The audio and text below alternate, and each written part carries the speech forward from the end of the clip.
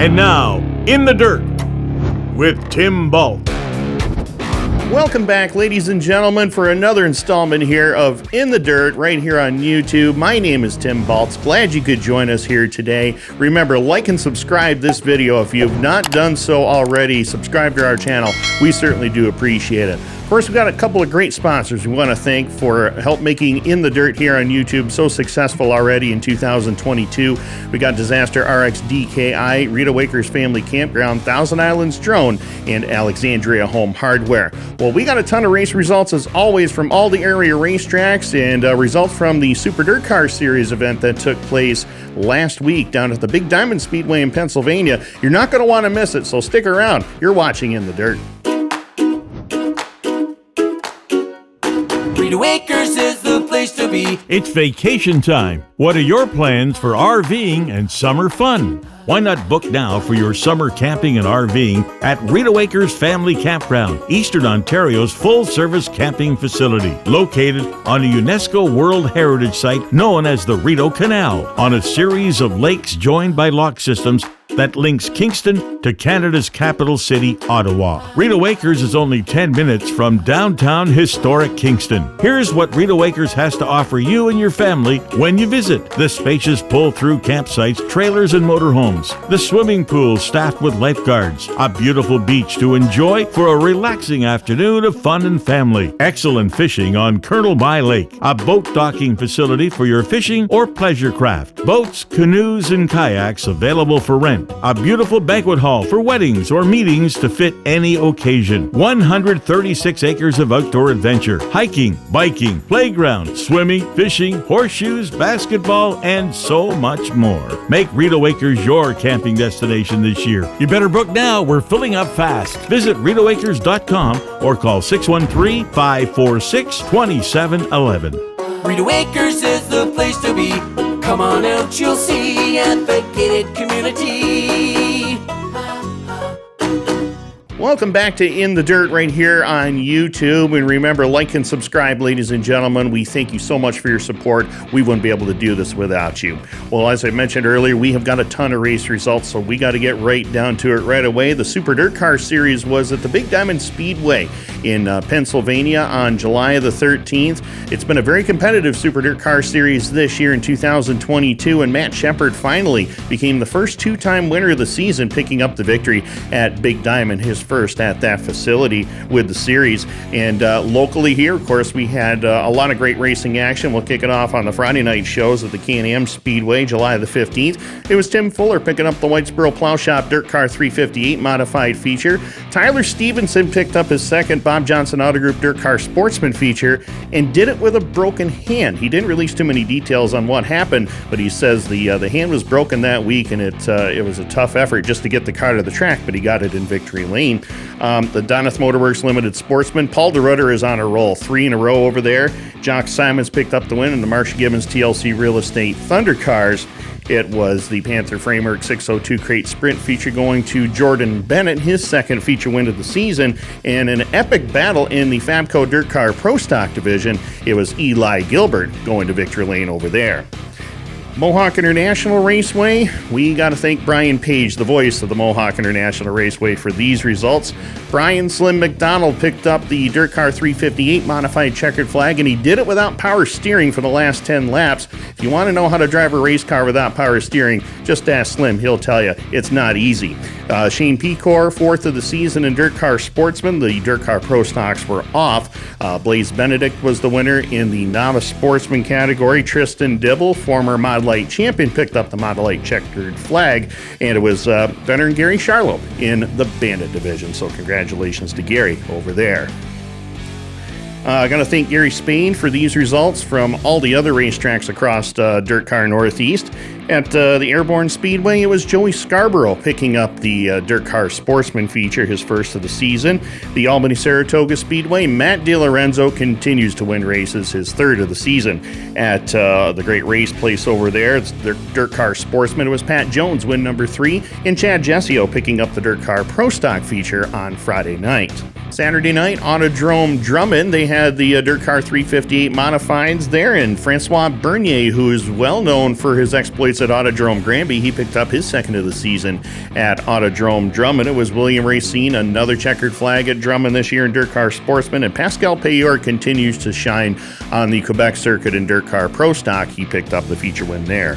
Ransomville Speedway 358 Modified feature went to Matt Williamson. It was Brett Senek picking up the checkered flag in Dirt Car Sportsman. Bear Ridge, the Dirt Car Sportsman feature went to TC Forward over there. Brewerton Speedway was off, and as well as the Fulton Speedway, they both had monster trucks there. So the monster trucks put on the big show. There were no race cars harmed during the making of that monster truck show, by the way. Brighton Speedway, Canadian Mod feature, Wade Purchase continues to shine. Another win in Canadian Mod action. Chris Sparks picked up the victory in Stingers. Comp 4 went to Tommy Bailey, Steve Baldwin in Crate Late Model, Cole Abrams in Mini Stock, and the Eastern Ontario Vintage Stock Car Club was there. And Randy Gaudette, veteran driver, a former Sportsman and Modified driver, picked up a vintage win on Saturday night. Well, Cornwall Motor Speedway, they had the first leg of the Quebec Ontario Challenge Series for the 358 Modified and the Sportsman division. Gage Morin ended about a 6-year winless drought, picking up his first 358 Modified win of the season. It was Gabriel Sear in the Sportsman, Mark Lalone second of the season in Pro Stocks. Genesee Fair Speedway in Batavia, New York, it was Dave DiPietro picking up the checkered flag. Glenridge Motorsports Park had special Dirt Car 358 Modified feature. Theresa, New York's Lance Willix went to victory lane over there. Andrew Buff in Dirt Car Sportsman, and Dirt Car Pro Stock, it was Luke Horning back in victory lane yet again. Autodrome Granby 358 Modified feature to Steve Bernier and Alex Lajoie picking up the Sportsman checkered flag. Outlaw Speedway, Alex Payne has won a lot of races this year, and he continued to do it. He did it again in the Sportsman feature over there at Outlaw. Land of Legends Raceway, second of the season for Justin Hares, T-Bone picking up another win, and Zach Sabaka back in victory lane in Dirt Car Sportsman. Lebanon Valley Dirt Car Big Block Modified feature was Kenny Tremont, veteran driver, picked up the victory. Alan Hotelling in the Dirt Car 358 Modifieds, Ricky Duzlak in Dirt Car Pro Stock, and Tim Hartman Jr. in the Sportsman division. Merrittville, the Merrittville Speedway in Thorold, Ontario, Canada, the Dirt Car 358 Modifieds had the night off, but it was Mike Bowman picking up the Action Sprint Tour feature, and Cody McPherson picking up the Dirt Car Sportsman checkered flag.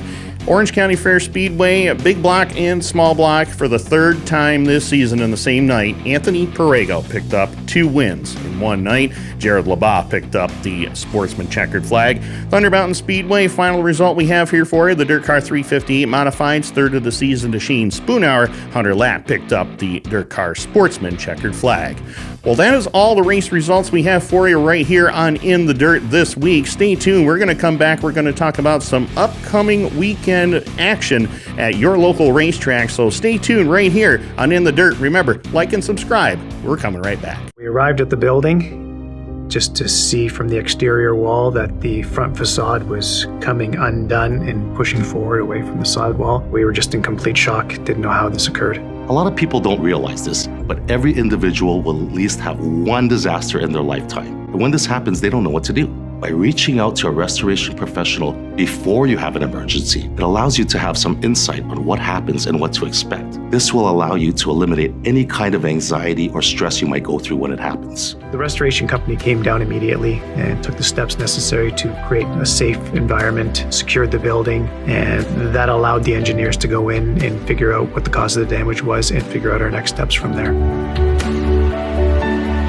Our people are fully trained and certified in all aspects of emergency response and disaster restoration. We handle everything from fire, flood, sewer backup, wind damage, tornadoes, earthquakes. Basically, we have people that are experienced in every field. There are 2 parts to a disaster that people don't realize. There's the emergency phase, where we come right away and stop the damages from happening. Then there's the repair phase, where we put everything back the way it was, like it never happened. And our company also offers a warranty, which will give you the comfort and peace of mind for as long as you own your property. From the get-go, Rex and his crew were able to bring in professional contractors to come in and rebuild the building in a timely fashion. The building now looks better than ever and is up to code. They were wonderful with me, just helping me navigate through my insurance coverages, working well with the insurance company and myself. They always constantly kept me in the loop as to what was happening next. And at the end of the day, it was just the peace of mind knowing that I was in good hands. Well, we are back here on In the Dirt right here on YouTube. Again, like and subscribe, ladies and gentlemen, and share this video with all of your friends too. We certainly do appreciate all of your support here in 2022. Well, we got a lot of upcoming races this weekend at all the local and area dirt tracks. Of course, Can-Am Speedway in Lafargeville, New York. We got another 6-class show on Friday night. Racing starts over there at 7 o'clock. Mohawk International Raceway back for a 7:30 start time featuring the Dirt Car 358 Modifieds. Brockville, Ontario Speedway, full program as the Street Stocks and Thousand Islands RV Crate Sprints come back to the fold. Of course, Thousand Islands RV Crate Sprints were off this past Saturday night to make way for the 360 Sprint Car Show, which was won by Jordan Poirier. Racing starts over there at 7 p.m. Airborne Speedway, full show over there in Plattsburgh featuring the Dirt Car Sportsman Division. Cornwall Motor Speedway, another full program starting at 6 o'clock on Sunday night. Autodrome Drummond, full show there with the Dirt Car 358 Modified and Dirt Car Sportsman. Autodrome Granby, full program of Modified Sportsman and Pro Stocks. They'll get underway at 6:30 p.m. Brighton Speedway, it is Monster Truck Madness featuring Trainwreck and Sabotage. You're not going to want to miss that one at the Brighton Speedway.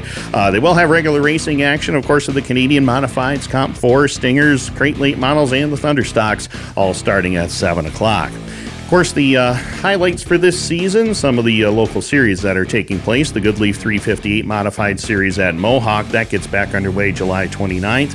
The Mohawk International Raceway Sportsman Series, that gets back underway August the 26th. Race for the Gear Sportsman Series and Fat Less Chip Stand Canadian Nationals, they're back underway July the 31st. Ogilvy's Triple Crown for the 358 Modified and Sportsman at the Brockville Speedway, August 13th. And then, of course, the Super Dirt Car Series is coming up this Sunday at the Weed Sport Speedway. I'll be on the microphone calling all the action for Dirt Vision, and we certainly hope you get a chance to take in all the action at Weed Sport if you're going to make it. It's at Weed Sport Speedway, July 24th. Dirt Car 358 Modifieds, their next scheduled event is over at the Thunder Mountain Speedway on August the 10th.